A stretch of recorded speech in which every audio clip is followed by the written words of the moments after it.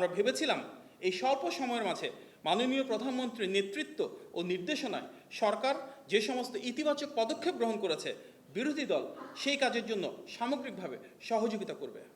কিন্তু আমরা দেখতে পেলাম তারা সেটি না করে সংসদে হট্টগোল করা, রাজপথে আন্দোলনের হুমকি, গুজব অপপ্রচার ছড়ানো সহ বিকল্প পথ বেছে নিয়েছে, যা দেশের অগ্রযাত্রার পথে কিছুটা প্রতিবন্ধকতা সৃষ্টি করছে।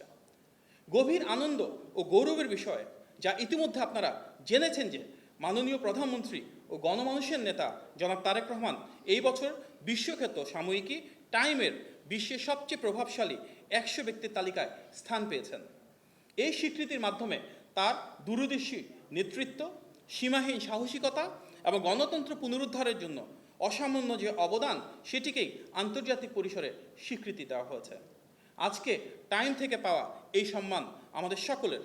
এই বৈশ্বিক স্বীকৃতি গণতন্ত্রের বিজয়, জনতার বিজয়, বাংলাদেশের বিজয়। আলহামদুলিল্লাহ। উপস্থিত সাংবাদিক ভাই ও বোনেরা, আমরা সবাই জানি গতকাল বর্তমান সরকারের মেয়াদের 2 মাস পূর্ণ হয়েছে।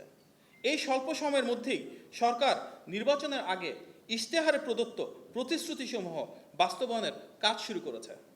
মাননীয় প্রধানমন্ত্রীর নেতৃত্বে সরকার দুর্বার গতিতে যেভাবে অভূতপূর্ব কর্মযজ্ঞ হাতে নিয়েছে, প্রতিটি সেক্টরে এবং গণমানুষের ভাগ্য পরিবর্তনের জন্য প্রতিটি ক্ষেত্রে 180 দিনের যে কর্মপরিকল্পনা গ্রহণ করেছে, তা এক অবিস্মরণীয় অর্জন।